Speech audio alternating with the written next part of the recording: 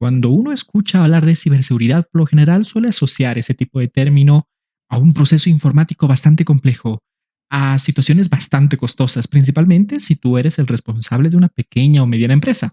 El día de hoy te daré unos cuantos tips para que cuides la información tanto tuya como la de tus clientes. Vamos.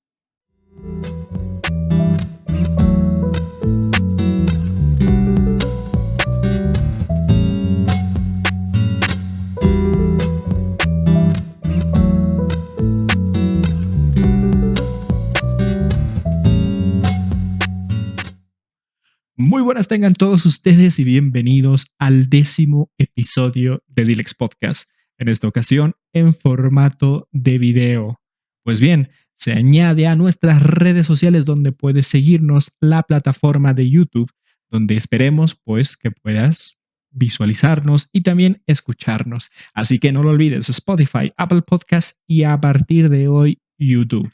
Pues bien, el día de hoy tocaremos un tema bastante interesante. Hoy hablaremos de unos cuantos tips básicos de protección de información en caso de pequeñas o medianas empresas. Pues bien, tengo que hacerte muchas preguntas al respecto. La primera, bueno, no es necesario que seas un pequeño o mediano emprendedor. Sin embargo, si tú me estás viendo o escuchando y eres o perteneces a dicho sector, déjame hacerte las siguientes preguntas. Número uno, ¿tú trabajas? ¿Quiénes trabajan contigo? Número dos, ¿tienes algún cliente? Y número tres, ¿dónde guardas los datos e información tuyas y las de tus clientes? Pues bien, si has respondido a estas tres preguntas, seguramente el video es para ti. En muchas ocasiones, cuando a pequeñas o medianas empresas se les asesora con respecto al tema de ciberseguridad o de protección de datos, ellas piensan que pues serán unas máquinas y procesos informáticos demasiado grandes los que se necesitan para cuidar la información de los datos y que por ende no tienen o no cuentan con el presupuesto que desde ya tienen ellos en mente es limitado. Sin embargo, existen buenas prácticas en materia de cuidado de la información y estas tres preguntas iniciales sirven para identificar muchos factores. El primero, ¿qué haces con tus datos? El segundo, ¿qué haces con los datos de tus clientes? Y es que en esta ocasión las pequeñas y medianas empresas cuentan con clientes y a la vez los clientes le otorgan datos que no solamente son personales, sino que también suelen ser privados. Si bien en cuanto a la tutela de los datos personales, existen leyes de protección en distintos países. En los países donde no existen este tipo de leyes, es importante también señalar de que existe una obligatoriedad por parte de la empresa desde un punto de vista de compliance, desde un punto de vista inclusive, pues supranormativo, como se llama el término, ¿no? Pues eso además te da una ventaja competitiva. Pues imagínate la siguiente situación. Tú eres una pequeña empresa en cualquier sector. Tienes clientes y esos clientes están seguros de que la información que te están dando será debidamente protegida. Eso, evidentemente, te dará una ventaja competitiva con respecto a los demás proyectos que se encuentren dentro de tu mercado o dentro de tu sector. Pues bien, acá tenemos unos pequeños consejos de protección de datos para que principalmente puedas tú realizar o aplicarlos a los pequeños proyectos o a la empresa que tú tienes. Uno de los primeros tips sería sin duda alguna la copia de seguridad. En muchas ocasiones, muchos documentos se encuentran acumulados dentro de un ordenador o se encuentran en un lugar específico o físico. En esta ocasión recomiendo dos tipos de copias de seguridad. El primero dentro de un formato físico, si tienes, no sé, un disco duro externo, un pendrive, etcétera, son muy importantes para tenerlos. Ahora bien, asegúrate de que esos dispositivos físicos se encuentren libre de todo malware o virus. Punto número 2. Existe también un backup o copia de seguridad que tú puedes hacer de los datos tuyos y de tus clientes en la nube, en servicios de nube, donde tú deberás asegurarte de que la empresa o servicio de nube que cuide tus datos cuente con los protocolos necesarios de encriptado de datos. ¿Qué es el encriptado de datos? Pues bien, es una forma ya algorítmica informática mucho más compleja que se encarga de cifrar esos datos y que las personas externas a dicha información no puedan acceder a ellas. O bueno, no fácilmente, pues se ven casos de distintos craqueos y de distintas también intromisiones que existen con respecto a ese tipo de informaciones. Pues bien, otro de los tips importantes también radica en buenas prácticas dentro de los lugares donde tú almacenas tu información. Por ejemplo, el equipo, la máquina donde tú almacenas los datos de tu negocio, ¿es tu equipo personal? Hoy voy a estar muy preguntón, así que siéntete en la libertad de responderlo y si así lo deseas también publicar los comentarios para pues ver un tip adicional que puedas tú tener. Entonces, ¿es tu computadora personal la computadora que tú utilizas para tu trabajo? Si tu respuesta es sí, es incorrecto. ¿Por qué? Debes manejar preferiblemente dos equipos distintos para manejar ese tipo de informaciones. Y acaba el tema que pues también lo tocamos en capítulos anteriores, de por qué en el teletrabajo no se puede utilizar una máquina personal o de por qué una persona no puede poner sus datos privados en una máquina de trabajo. Los datos de todas las empresas, junto con los datos personales de sus clientes, deben encontrarse en un estado de protección constante. Cuando una persona dentro de su ámbito personal ingresa a distintos sitios web e inclusive tiene un niño, tiene una persona que no sabe mucho de cómo utilizar la internet, pero esa máquina se encuentra conectada, entonces ingresa al ordenador y pues por algún motivo ingresa a una de las páginas cuyo pues bueno, enlace se encuentra con un malware y este resulta ser un ransomware que al final del día encripta toda tu información y te dice que pagues a través de criptomonedas para que la liberen. Entonces, es importante tener separado dos equipos o principalmente dos fuentes distintas. Ya puede ser un pendrive si solamente puedes acceder a un equipo, etcétera, pero que cuenten con una independencia de resguardo de datos. Para eso también sirve el tema de los backups o las copias de seguridad que se van a realizar a cada uno de estos datos. Pues bien, este es el primer paso para asegurar de cierta forma algunos datos. Sin embargo, sabemos que todo tipo de malwares se pueden presentar distintos enlaces e inclusive dispositivos físicos que de alguna u otra forma se hayan insertado en el computador, las licencias no oficiales compradas, etcétera. Son distintos los factores que pueden llegar a suscitarse dentro de un equipo para que la información pueda posteriormente ser filtrada. ¿Qué es lo que debes hacer entonces? Debes, por lo menos, establecer un pequeño manual. No necesitas elaborar algo complejo. Puede ser una simple lista de procedimientos a realizar en caso de que dicha información, ya sea de tus clientes o tuya, se haya comprometido con malware. En principio, si tú ya tienes la copia de seguridad, no hay problema. Puedes restablecer los datos de alguna u otra forma después de una limpieza completa del equipo. Ahora bien, ¿qué es lo que pasa si toda tu información está comprometida y no puedes acceder a ella? ¿O qué pasa si después de determinado tiempo tú no hiciste una copia de seguridad y te enviaron datos que son pues privados? Tú tienes que determinar para empezar un rango de una vez por semana, una vez cada ciertos días, dependiendo del flujo de tu negocio, para realizar las copias de seguridad. Número dos, tienes que tener un antivirus de pago, principalmente. Cualquier marca se encuentra bien. Sin embargo, tú tienes un enlace de AB-Test, que es una de las páginas encargadas de posicionar a los antivirus conforme a distintos test aplicados a estos, donde tú puedes guiarte y saber qué tipo de antivirus comprar. Esta es una inversión necesaria, principalmente tomando en cuenta el hecho de que tú estás manejando información sensible y privada de tu negocio y de tus clientes, por lo que en esta situación no se debe escatimar en costos. Ahora bien, ¿existe alguna obligación legal para que los datos sean protegidos? Pues en países que cuentan con leyes de protección de datos, sí, existe dicha obligación. Y es más, existen sanciones en caso de que los datos se hayan filtrado, lo que se conoce en el mundo de informática como data breach. En este caso, pues se efectuarán las determinadas sanciones en caso de que las empresas no cuenten con los determinados manuales o no hayan tomado las medidas previstas para que no suceda dicho data breach. Pues bien, ¿qué es lo que pasa en los países donde no se cuenta con una ley de protección de datos?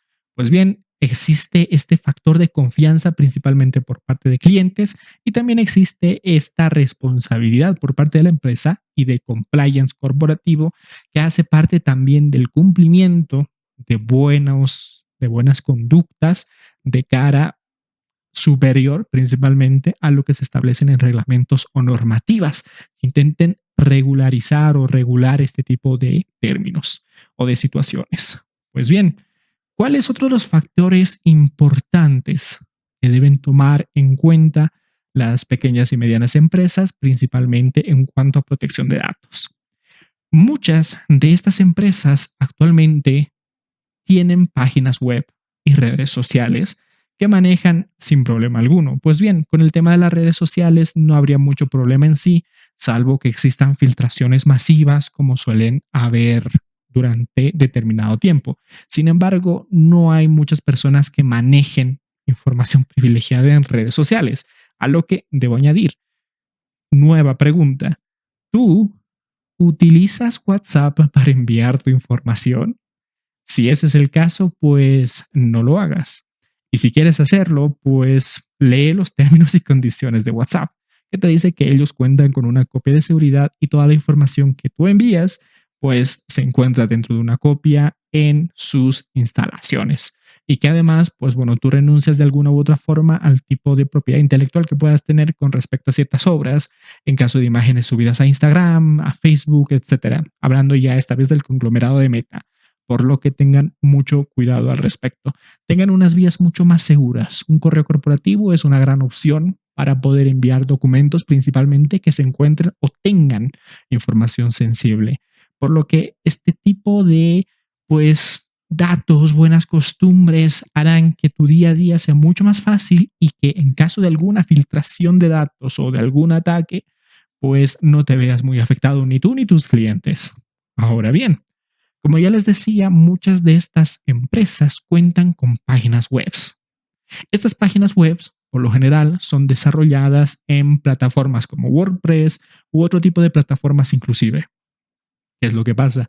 Hace unas cuantas semanas se vio una vulnerabilidad dentro de la misma página de WordPress que hacía que, pues bueno, tus datos se encuentren disponibles para todo tipo de personas que quieran, terceros que no se encuentren interesados en acceder a la información que tú tienes. Uno debe estar constantemente con la visualización de sus páginas web. En el caso de que tú tengas registros de acceso con contraseña, correos electrónicos y algún tipo de información que sea solicitada, entonces con mayor diligencia debes tú tener una cultura de protección de datos. ¿Qué es lo recomendable en este caso? Pues por lo general tener a una persona que sepa del mantenimiento de este tipo de redes. En el caso de que tú hayas hecho una página en WordPress, por poner un ejemplo, estar actualizando constantemente los add-ons, los plugins y todos los elementos que hacen que una página web se vea vistosa. ¿Qué es lo que pasa? Por otra parte, si tú tienes alguna especie de login, de registro, para que determinadas personas a través de su contraseña y de su password puedan acceder a un servicio premium que tú ofreces, por poner un ejemplo. Pues en este tipo de situaciones, lo más importante obviamente es mantener una especie de pen testing regular para determinar si existe algún tipo de vulnerabilidad o no. ¿Qué es el pen testing? El pen testing podríamos asociarlo a una especie de autocraqueo en el que tú decidas intentar vulnerar la seguridad de la página o de tu página web. Actualmente no se puede concebir a una empresa que quiera ser parte del mercado sin una página web o sin redes sociales, por lo que este tipo de tips, por llamarlos de alguna forma, son bastante interesantes de ponerlos principalmente a la práctica. Son este tipo de buenas prácticas los que harán que tus datos se encuentren a salvo. Ahora bien, siempre existe, por más de que tú hayas tomado y previsto cualquiera de estas situaciones, aún así existe la posibilidad de que un cracker ingrese y robe nuevamente tus datos.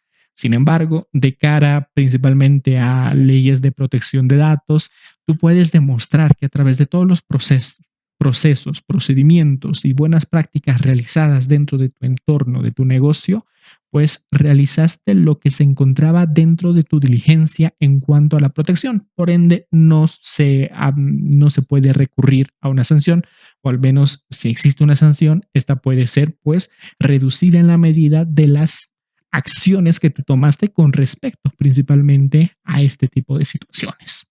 Por lo que de cara a los datos y de cara también a cualquier tipo de sanciones aplicados en la materia, es importante tener este tipo de buenas prácticas. Otra de las prácticas que, pues bueno, también aplicaría para las empresas grandes radica principalmente en la red de confianza y de personas que tienen acceso a tu información. Porque imagínate, tú tienes un pequeño emprendimiento, cuentas con una pequeña oficina y cuentas con un computador. Digamos que sigues todos los procedimientos anteriormente señalados.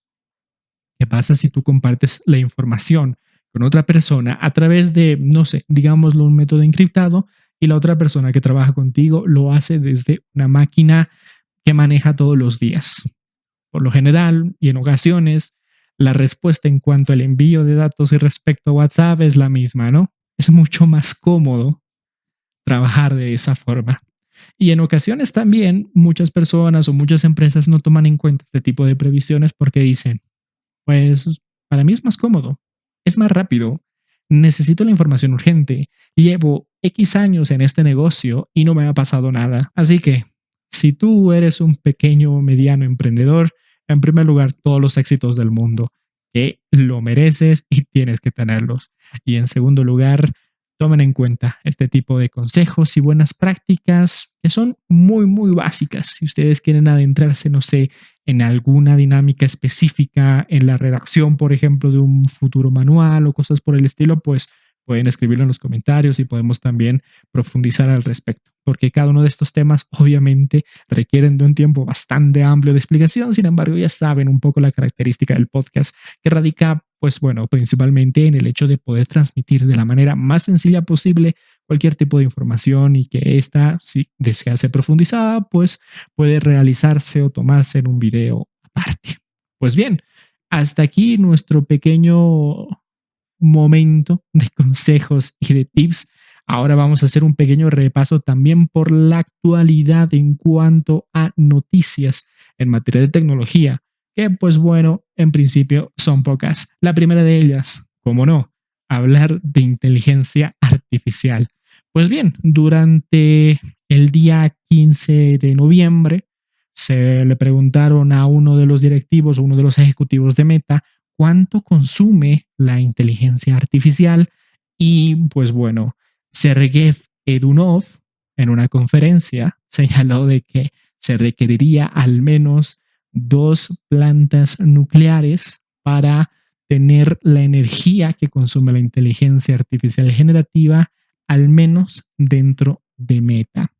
Dijo él, textual, solo hacen falta 2 reactores nucleares para cubrir la demanda. Y es que uno de los debates, no solamente en el tema de la aplicación de la inteligencia artificial o en sí al hecho mismo de pues los costes que puedan tener al respecto, radica principalmente en el consumo de energía y la capacidad existente de generación y almacenamiento de datos que todas estas herramientas de inteligencia artificial tienen. Pues bien, siguiendo con la noticia de Meta, el cálculo para el entrenamiento del Llama 2 o Llama 2, como desean señalarlo, es un modelo de lenguaje de Meta que se encuentra en producción. Y todo este tipo de sondeos se han realizado a través de pues VentureBeat y Silicon Valley, donde se señalan este tipo de situaciones. Además, Nvidia lanzará entre 1 millón y 2 millones de GPUs HC en el próximo año. Si todas estas GPUs, que son, pues bueno, para hablarlo de manera sencilla, tarjetas de video o procesadores de video, se usarán para generar tokens para modelos de lenguaje de tamaño razonable que sumarían alrededor de 100.000 tokens por persona al día en todo el planeta. Cada una de estos modelos de GPU H100 consume alrededor de 700 vatios y, sumando a la refrigeración de los centros de datos, consumen alrededor de 1 kilowatt de potencia, por lo que a escala humana, según lo que señalaba el ejecutivo de Meta, harían falta 2 reactores nucleares para alimentar a todas esas tarjetas de video o GPUs H100. El entrenamiento, el almacenamiento y el cálculo que existe de datos para una inteligencia artificial sin duda hacen que este tipo de procesos a la larga resulten inclusive poco rentables. De hecho, actualmente OpenAI pausa las nuevas suscripciones a ChatGPT Plus porque no dan abasto. El GPT Plus o el servicio desarrollado específicamente por OpenAI se ha estrenado y ha sido presentada en Dev Day o una especie de evento de desarrollo y developers. Entonces ha tenido que pausar ChatGPT las nuevas suscripciones a este tipo de servicios debido a la alta demanda y que pues bueno, que esta ha superado la capacidad que quieren y aseguran que todo el mundo disfrute de una gran experiencia, según palabras de Sam Altman, CEO de OpenAI. Explicaba que pues cualquiera de las personas que quiera adquirir este nuevo producto lanzado, principalmente GPT-4 Turbo, puede hacerlo a través de un enlistado de correo electrónico. Pero, ¿qué es este tipo de programa? Pues bien, este último desarrollo permite principalmente crear GPTs personalizadas y pues cualquier persona, bueno, en este caso cualquier desarrollador, puede generar cualquiera de estos programas a través de la misma inteligencia artificial e inclusive sin saber programar, lo que haría pues que muchas personas utilicen dicho recurso, no sé, para la planificación de viajes, para la creación de profesores particulares, de chats de entretenimiento y pues todo tipo de GPTs que se encuentren al alcance de las personas de acuerdo a cómo lo deseen. Por otra parte, seguimos con el tema de las noticias de inteligencia artificial. Bing Chat se llama ahora Copilot o Copilot, que cuenta también con su versión Pro. Para aquellas personas que hayan actualizado sus sistemas operativos a Windows 11, se habrán dado cuenta de que Microsoft 365 Copilot cuenta pues con todo este alcance de servicios y a la vez existen también, digámoslo así, enlaces o conexiones con Copilot Pro, Copilot para Microsoft 365 y la pronta aplicabilidad por parte de Microsoft en cuanto a estrategia a la inteligencia artificial a sus herramientas ya conocidas. Nuevamente, dentro del sector legal, lo relevante de la información en cuanto a la generación de nuevos programas, nuevas opciones, suscripciones de datos de inteligencia artificial radica una vez más en el consentimiento que existe o no de los datos que toman este tipo de situaciones para su lenguaje, para el aprendizaje que tienen principalmente. Pues si bien, como se manifestaba antes con los anuncios, cuando uno tenía sistemas operativos de Microsoft, donde decían, para mejorar tu experiencia, déjanos a nosotros acceder a todos tus datos. Lo mismo pasará con las herramientas de inteligencia artificial. Lo mismo pasó en cuanto a la polémica de, por ejemplo, la plataforma de Zoom, que tomaba todos los videos que grababa, o al menos una gran parte de ellos, para su inteligencia artificial y para la base de datos entrenada que ellos iban a realizar. Existen varios pros, varios contras en cuanto a la inteligencia artificial, ya sea como herramienta o ya sea como sucesora de distintas opciones que se pueden aplicar, como el caso de, pues bueno, Microsoft, que a partir de la nueva generación y del servicio también que prevé lanzar con Windows 12, pues pretende incorporar este tipo de herramientas de inteligencia artificial, tanto generativas como también aplicarlas ya a sus servicios ocasionales. Pues bien, cerrando un poquito con este pequeño apartado, también me gustaría mostrarles un poco de cómo evoluciona parte de la tecnología y a partir de este punto estamos viendo a este pequeño dispositivo llamado AIP, iPin, cuyo costo empezará a venderse pues a partir de los $700. Este es un pequeño dispositivo, como pueden ver, que funciona más que nada como una especie de proyector y que colgado en la solapa o en cualquier lugar representa, como se encuentra, como se puede ver en la imagen en este momento, cuáles son los mensajes que te llegan, las listas de reproducciones, y de esta forma tú poder acceder a todo tipo de beneficios dentro de una textura de no solamente inteligencia artificial, sino también de una evolución, como lo mencionaron sus autores, de cara principalmente al acceso a los smartphones. Este dispositivo específicamente fue tendencia durante los últimos días, principalmente por el uso que se le da y el debate generado de ¿será acaso que los smartphones ya llegaron al límite y no se puede innovar más al respecto? Los creadores, de hecho, fueron parte del equipo de Apple hace un tiempo y a raíz de ello lanzaron este tipo de producto que, según ellos, significa la evolución de cómo se consideraría un smartphone o un dispositivo dentro de las futuras generaciones, puesto que cuenta con prácticamente todos los servicios de accesibilidad que tendría un smartphone, ya sea a nivel audio, llamadas, fotografías, etcétera.